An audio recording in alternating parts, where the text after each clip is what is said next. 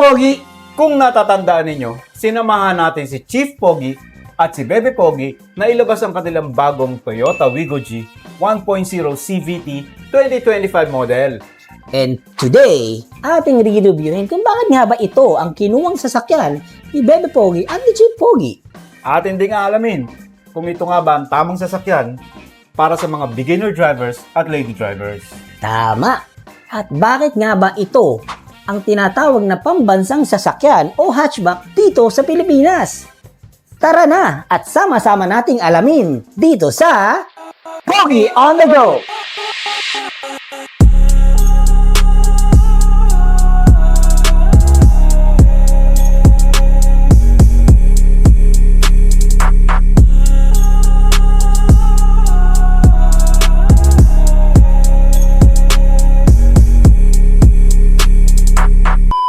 So Pogi, under the hood, makikita mo dyan yung lagayan ng wiper fluid.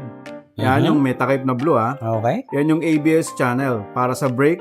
Lagayan ng langis ng engine. Lagayan ng coolant. Alternator. Condenser ng aircon. Radiator syempre para hindi mag-overheat. Okay. Lagayan ng brake fluid. Yung battery, 1SM. At fuse box. Kung merong kailangan palitan, pag may busted, Ganda. busina, or any ilaw. At kung makikita mo, Pogi, may enough space pa dyan na natira para sa mekaniko kung meron silang kailangan ayusin or idagdag. At syempre, ang ating keyless entry. Ayan. Smooth ng smooth. Thumb mark lang, ha? Isang thumb mark lang, syempre. Kita mo naman, pati pagsara natin, tang pinto. Tsaka dinig na dinig mo yung pagsara. Halatang quality yung pinto, ano? Sabi nga ng napanood kong vlogger sarang pang may-ari na Yan. tinatawag. Dapat ganon. At ito ang ating one push start. Wow. Kaya mo naman, open lahat. Wow, Toyota. Baka naman. At ang itong ating Aircon panel. aircon panel, kita niyo naman, digital na. Yes. Alam Ito. ko, sa Toyota Wigo G variant lang yan. Oo, kasi ito yung top of the line. Yan. Kaya dito lang meron ito. Yeah. At makikita Ano natin, naman yan? ito, all power na to, power windows na to, lahat Aba, ng maganda. controls. So yan, kung makikita nyo, at ito yung pag-open at pag-close ng ating window. Sobrang basic, di ba? Yes. So ito ang ating side mirror. So hindi na natin kailangan lumabas, makokontrol na natin siya sa loob. Pwede mong isara at pwede mong buksan nang nandito ka lang sa loob. Kita mo, matik, di ba? Di na. At ito ang ating pag-control sa side mirror. Kung makikita mo to, meron siyang around na left-right. Mag-adjust yan. Yan ang pag-a-adjust natin ng side mirror habang nasa loob. Ano naman yan? Yan. Ito Ano naman ang lock ng ating 3-passenger window. yan? Ah, okay. So, hindi na nila magagalaw yan pag nilock na natin. At proceed tayo dito sa dashboard. Dashboard muna tayo. So, yan. Makikita nyo ang Fuel level. fuel level. At ito ang ating Mga door panel sensor ba yan? door panel sensor. Kung makikita mo, kakaiba to sa mga door panel sensor. Bakit? Nakikita mo kung ano yung pintong nakabukas, yun yung mag-a-appear sa ating dashboard. Alam mo ba yung dati kong sasakyan ng Avanza, kung ano, kahit anong pintong nakabukas, isa lang nga itsura ng ano? Oo, kasi ito talagang napakaganda na, malalaman mo na talaga kung anong nakabukas. Ano naman yung umiilaw na yan? At yan ang ating seatbelt. So makikita mo, hindi yan titigil ng ilaw at ng tunog hanggang hindi ka nag-seatbelt sa harap. For safety naman yan. For safety purposes, syempre. Yan ang ganda ng infotainment naman yan. Syempre, we have 8 inches car display. We have for Apple and Android. Wow. Diba? Kita mo, kompleto yan. May AM and FM radio pa. May Bluetooth. At meron ding USB. Siyempre, pwede ka rin maglagay ng cable para pang-connect mo sa cellphone mo. Yes. Diba? So, meron din tayong Meron ba yung charger? meron. Ayan, oh. Oh, diba? Wow. Bibili ka lang ng Adapter. adapter Yes. para meron ka ng charger ng cellphone mo. At meron Ano tayong yan? syempreng built-in Dashcam? dashcam. Oo, hindi ka na bibili.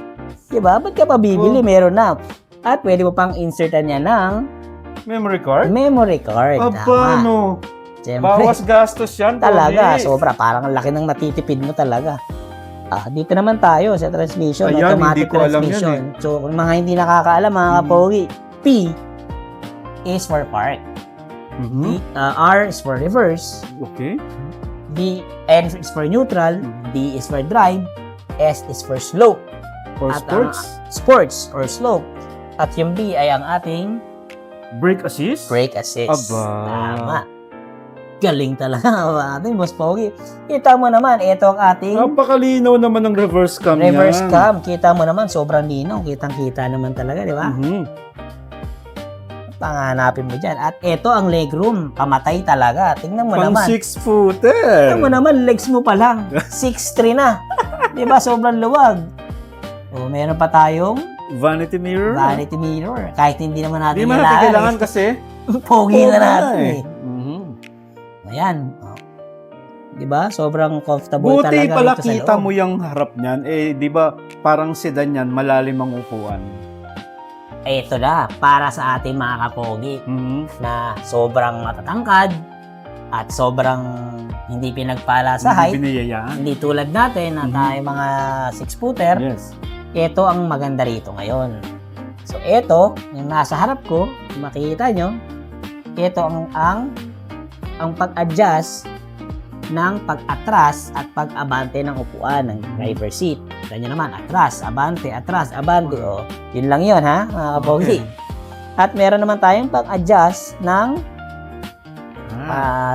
sa likod, sandalan sa likod. Yan. Recline. Recline. So, Okay. kung saan ka komportable para talagang Ano ma-adjust pa mo yung na isang maayos. lever na yan? Ito ang the best na part dito. Ang pag-adjust. Kita niyo naman. Yung inuupuan ko, nakikita niyo to? Yan mismo, nababa at tumataas. So, malaking tulong to Aba. para sa mga hindi nabiyayaan ng height tulad Bagay natin. sa akin yan. Ay, hindi, 6-footer nga tayo, di Ikaw ba? nga pala. So, ito, pag-angat. Kita mo naman, iangat natin para Uy, hindi mauntog ka umuntog. na. Di ba nga matatangkad? Kita mo, straight na straight. Kitang-kita ko yung lahat. Ultimo langgam, kita ko eh. Di ba? O, yan ang pag-adjust para ang laking tulong nito para sa mga kapogi Ayos natin. yan. Ito naman ang, Ano yan? Is that the gas tank lever? yan ang gas tank lever natin. Di ba? Napaka-basic. Same pa rin naman ang position, gaya ng mga Okay. ibang nasa sasakyan. So, Oo, hindi ka na tama, malilito. Ito na tayo ngayon sa likod. One of Parang the best masikip. part. Parang walang lalagyan. Kala mo la. O, kita Oo. mo naman yung lead. Sobrang tibay niyan.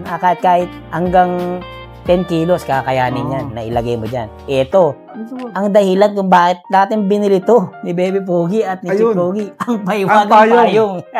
Naiwan sa LU. Bumiling bago. Siyempre. At ang ating reserve tire. Ang donut tire. Okay. Siyempre, sobrang spacious, di ba? At ang ganda nung lid kasi pag sarado ng pinto, hindi makikita yung laman sa loob. At alam mo ba, ang napansin ko lang dyan, Pogi, is napaka-slick ng design compared dun sa dalawang naunang version. Oo, ang ganda. Kita mo, napaka-aerodynamic, ang daming kanto Oh.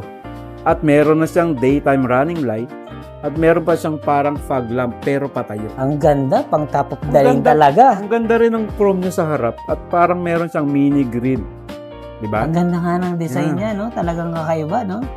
At ang the best dyan, nakita Siyempre, yung mo, gulong 14 inches alloy mag wheel.